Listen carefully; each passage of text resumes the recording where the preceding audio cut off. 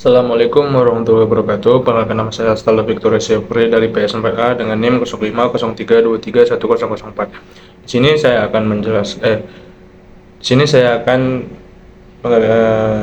menjelaskan tentang suku bunga guna untuk menyelesaikan tugas video pertemuan ke-7 mata kuliah Ekonomi Moneter dengan dosen pengampu Bu Haidar Rahman. Nah, sini saya akan menjelaskan tentang suku bunga. Pertama, bunga dulu.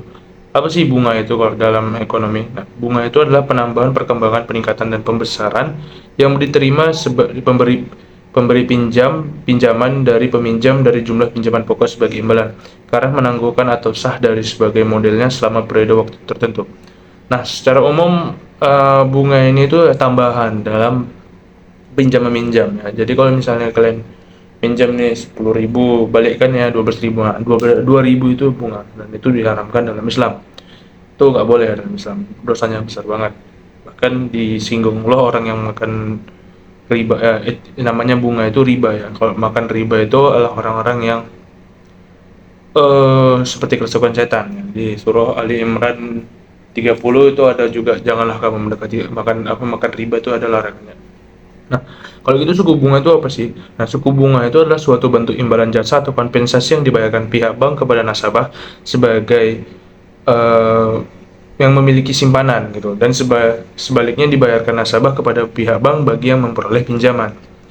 Nah, jadi fungsi dari suku bunga ini yang paling penting dalam perekonomian itu pertama itu mengendalikan inflasi, menjaga stabilitas ekonomi, mengendalikan jumlah uang yang beredar, dan mendorong investasi. Selain itu, suku bunga juga berfungsi sebagai daya tarik bagi para penabung sebagai alat moneter untuk untuk menawarkan atau permintaan uang gitu. Nah, jadi faktor-faktor yang mempengaruhi suku bunga itu pertama faktor kebutuhan faktor kebutuhan dana yang dikhususkan untuk dana simpanan. Nah, jadi seberapa besar simpananmu itu ya dananya itu akan meningkat lagi. Habis itu juga ada dua faktor, ada juga target laba yang diinginkan, target laba yang diinginkan. Nah, faktor ini dikhususkan untuk bunga pinjaman. Habis itu ada faktor kualitas pinjaman. Nah, semakin liquid jaminan atau mudah dicairkan gitu kan yang diberikan, maka semakin rendah bunganya. Begitu juga dengan sebaliknya, semakin rendah juga bunganya gitu. Habis itu ada faktor jangka waktu. Jadi semakin panjang jangka waktu yang dipinjam, maka semakin tinggi bunganya gitu.